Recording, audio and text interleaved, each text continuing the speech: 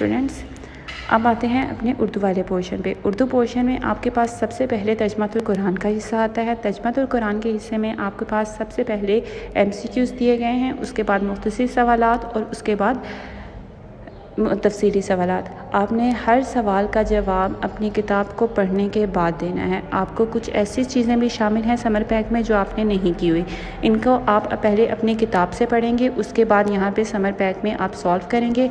उर्दू में अल्फाज की बनावट का ख़ास ख्याल रखिएगा।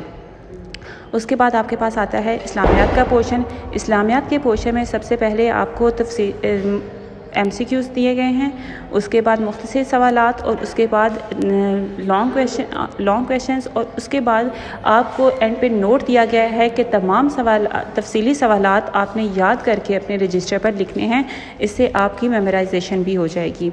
उसके बाद आपके पास आता है मुतालिया पाकिस्तान का हिस्सा। मुतालिया पाकिस्तान में भी आपको मुख्तसर सवालात और तफसीली सवालात दोनों दिए गए हैं।